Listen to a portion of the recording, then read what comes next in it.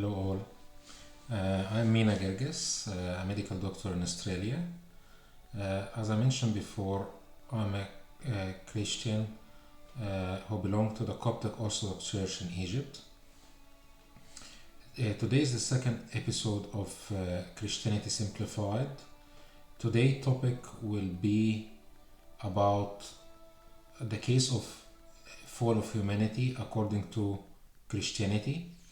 As I mentioned before, these talks are meant to address both Christians and non-Christians. We're trying to speak in a very simple language where anyone, including non-Christian, can understand what we're talking about. We will start by talking about the story of creation and the fall of humanity. If you've visited this story in the Torah, which is the holy books for the Jews, and the Old Testament in the Bible for Christians, and the Quran, which is the holy book for Muslims, you'll find that the events of creation and the fall of the human being is almost similar. However, the consequences of the fall are different between the different religions. Again, I want also to clarify that the Torah, which was written by Moses, and it's one of the holy books for the Jews, is matching the same writings in the Old Testament and the Bible. Because simply our Old Testament, which is the writings in the Bible before Jesus Christ coming, are pretty much the same like the holy book for the Jews. So I'm going to read the story of the fall according to the Bible. So if we refer to the book of Genesis, which is the first book in the Old Testament in the Bible, chapter 3 from verses 1 to 5. So Genesis 3 verses 1 to 5. It reads, "Now the serpent was more cunning than any beast of the field, which the Lord God had made. And he said to the woman, Have God said, You shall not eat of every tree of the garden? And the woman said to the serpent, We may eat of the fruit of the trees of the garden, but of the fruit of the tree which is in midst of the garden, God has said, You shall not eat of it, neither shall you touch it, lest you die. And the serpent said to the woman, You shall not surely die, for God do know that in the day you eat, then your eyes shall be opened, and you shall be as gods, knowing good and evil." So that's the initial conversation which went between the devil, who took the shape of a serpent or a snake, and he came and talked to Eve, trying to persuade her to eat from the tree of good and evil. And if you know the story, after that Adam and Eve got tricked, and then they ate from the tree. But if you remember, God said that if you eat from this tree, you will die. So now that Adam and Eve have sinned against God, what will be the consequences? That's what we're going to discuss through the talk. But there is a lot of questions which are rising here. First question is, what was the problem of the humans knowing or being able to differentiate between good and evil? By doing that, we lost our innocence. Remember that even Adam and Eve were before in the garden, they were naked. And once they ate from the tree and they start to realize the difference between good and bad, they realized that they were naked. It's like they lost like innocence. Initially they were like babies who are quite innocent, and after eating from that tree, they lost that innocence. And it's common sense. If, for example, if a baby or a little kid was playing with matches and he or she set a fire, you will not go after them and punish them, because you know that they don't understand much. They are quite innocent. But if the same mistake was done by someone who's grown up, there will be consequences, because they shall know better. Same here. Where also was this loss of innocence referenced or talking about, and the importance to retain back this innocence? Jesus himself in the New Testament, in the Bible, he mentioned in Matthew chapter 18 verse 3. Matthew chapter 18 verse 3. Jesus said, "Truly I tell you, unless you convert and become like little children, you will never enter the kingdom of heaven." So Jesus clearly here saying, unless we regain back this innocence, this initial uncorrupted nature, the innocence and the simplicity of kids, we will never enter the kingdom of heaven. Another place where Jesus said similar thing about the knowledge and being innocent was in the Gospel of John, chapter 9, verse 41. John, chapter 9, verse 41. Here Jesus was speaking to the Jewish priests and Pharisees. We'll hear what Jesus was saying to them. Jesus said to them, "If you were blind, you should have no sin. But now you say we see. Therefore, your sin remains." Pretty much Jesus saying to them, if you claim that you were blind and you didn't know the right from the wrong, nothing will be used against you and there will be no sin here. But now that you're claiming that you know and you can tell the good from bad and you're still sinning and doing the wrong thing, then there will be punishment and your sin will remain. Some people argue and say, but we die here on earth. So maybe that was the punishment which God put on us and it's done, all good. I would say not really, because simply when we die here, it's a temporary death. We all believe that we're going to be resurrected later on for another life. That's one aspect. The other aspect is, it seems that from the initial punishment, it was meant to be death for both our body and our soul. We know that here when we die on earth, our body dies and decays and put to the ground, but still our soul is still alive. So that's not a death to the soul at this stage. And again, from reading through the Bible, you get the impression and the conclusion that even if Adam and Eve didn't sin and they stayed in the garden, they were eventually going to die in one way or another. And you tell how you conclude that. Again, if you go back to Genesis chapter 3 from verse 22 to 24. So Genesis chapter 3 verse 22 to 24.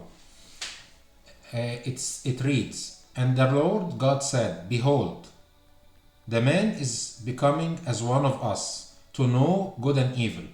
And now, lest he put forth his hand and take also of the tree of life and eat and live forever. Therefore, the Lord God sent him forth from the Garden of Eden toward the ground from which he was taken. So he drove out the man."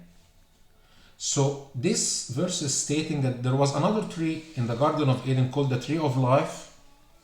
The problem, if Adam and Eve ate also from the fruits of this tree, they would have lived eternally.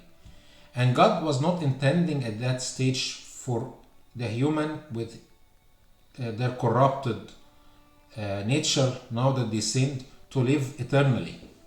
So he kicked pretty much Adam and Eve out of the garden toward the ground from which they were created. So you conclude here that initially the humans were not meant to live eternally unless they managed to eat from the tree of life. Some people asked a very good question. Is it fair that God subjected Adam and Eve to this test, especially knowing as God that they are going to fail the test? If you think about it, it's still fair. Because God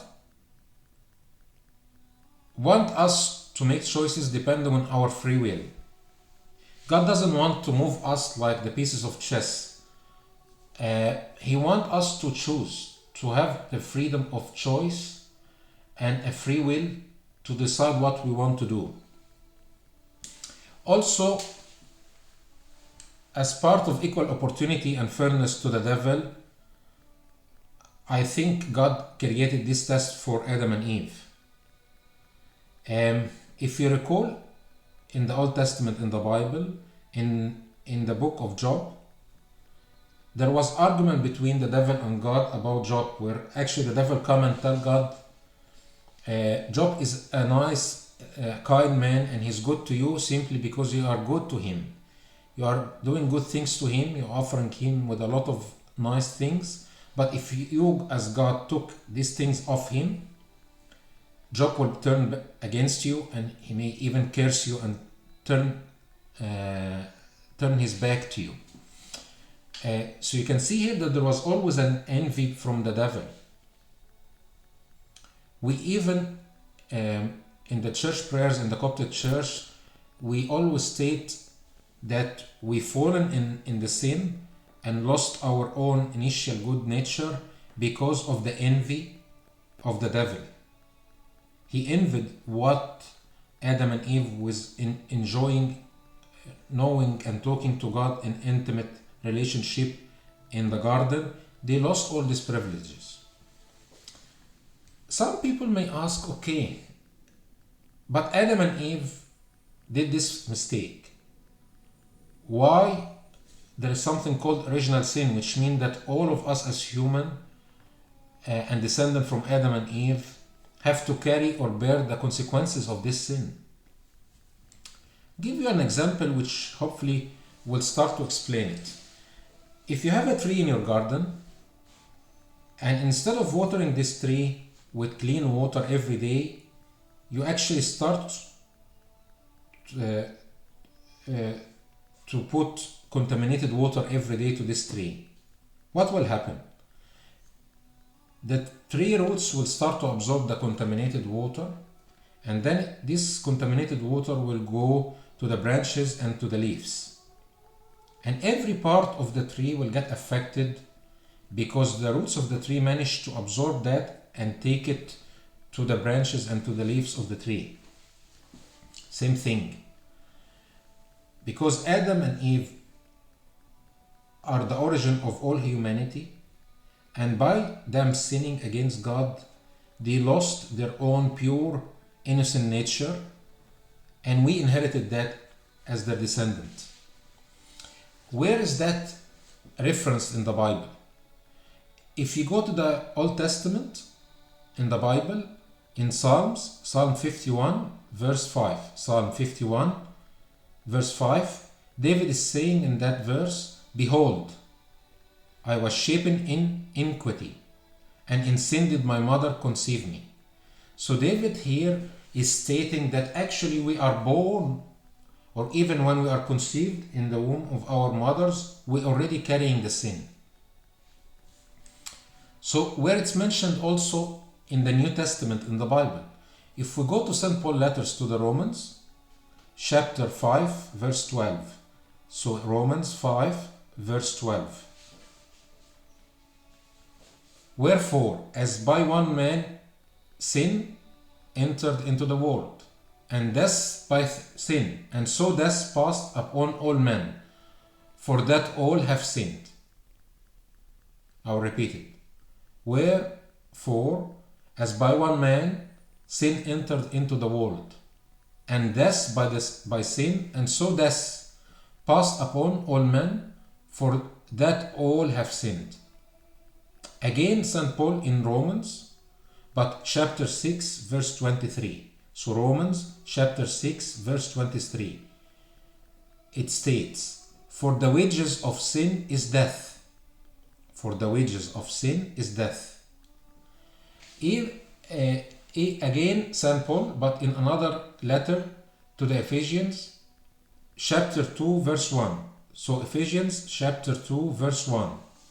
"As for you, you were dead in your transgressions and sins." I'll repeat it. "As for you, you were dead in your transgressions and sins." Some people then start to ask, okay, why God didn't perish Adam and Eve, and maybe instead created another humans, new ones, or created another creature or things? Why God tried to help them out and get them out of this dire situation? And even some will argue why he didn't offer something similar to the devil. For a few reasons. First of all, you have to appreciate that our nature as humans is completely different from the nature of angels.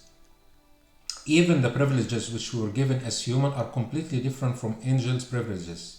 As we know that the devil are fallen angels, so we know that the devils were initially created as angels. They had rebellion against God, and they pretty much were too proud to submit to God, so they became like fallen angels. But in their essence, they are angels in nature. That's one thing. The second thing is we fallen because of the envy of devil and the trick which happened by the devil when the devil came in a form of serpent and he tricked Adam and Eve,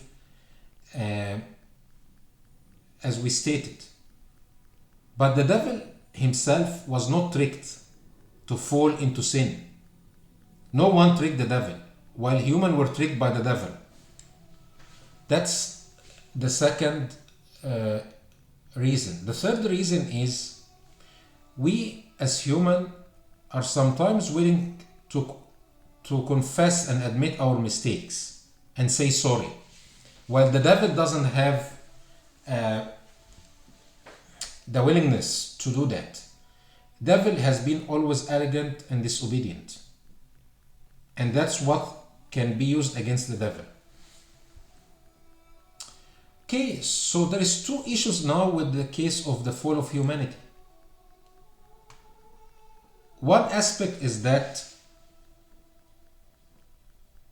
God's mercy and love to humanity will make God reluctant to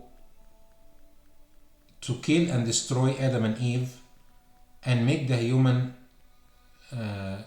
humanity all perish.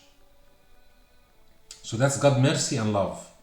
But what about God's fairness? God is fair. God initially put a punishment. If you eat from the fruits of this tree, which is the tree of the knowledge of good and evil, you will die. You will be put to death. So how can God's fairness be fulfilled? And how you can balance between these two, God's mercy and love and God's firmness and fairness? The other thing, and I want you to imagine that with me. Imagine if I come and I slapped my sibling on their cheek. That's one scenario. The other scenario, if I came and did the same thing, slapped one of my parents. If again I went and slapped my work manager, my army leader, I did the same thing to a prime minister or a president of a country. Although it's same mistake, but the significance and the amount of damage caused from this mistake will vary depending on whom it was done towards. So if I did that to the president of a country or a prime minister, it's a different story than if I did the same thing to my sibling at home. The same apply here. The sin which Adam and Eve did was against God. But who is equivalent to God? We said even in the first episode of this series that God is one. So there is no one else as equivalent or as good as God. And we sinned against that God. That's one thing. The other thing is, for example, if I did a problem to my manager at work, I may talk to another manager at work and ask them to be a mediator to fix the problem which happened between me and my director at work. Even if you did the same problem and you had an issue with a prime minister, you may look for another prime minister to be the mediator between you and this prime minister. But who can be mediator between us and God if there is only one God? Who can be this mediator who is equivalent to God? So that's the other aspect of this case. How this will be solved, that's what we're going to talk about in the next episode, according to the Bible and the story of salvation. Wish you all the best. Peace with you. Thank you.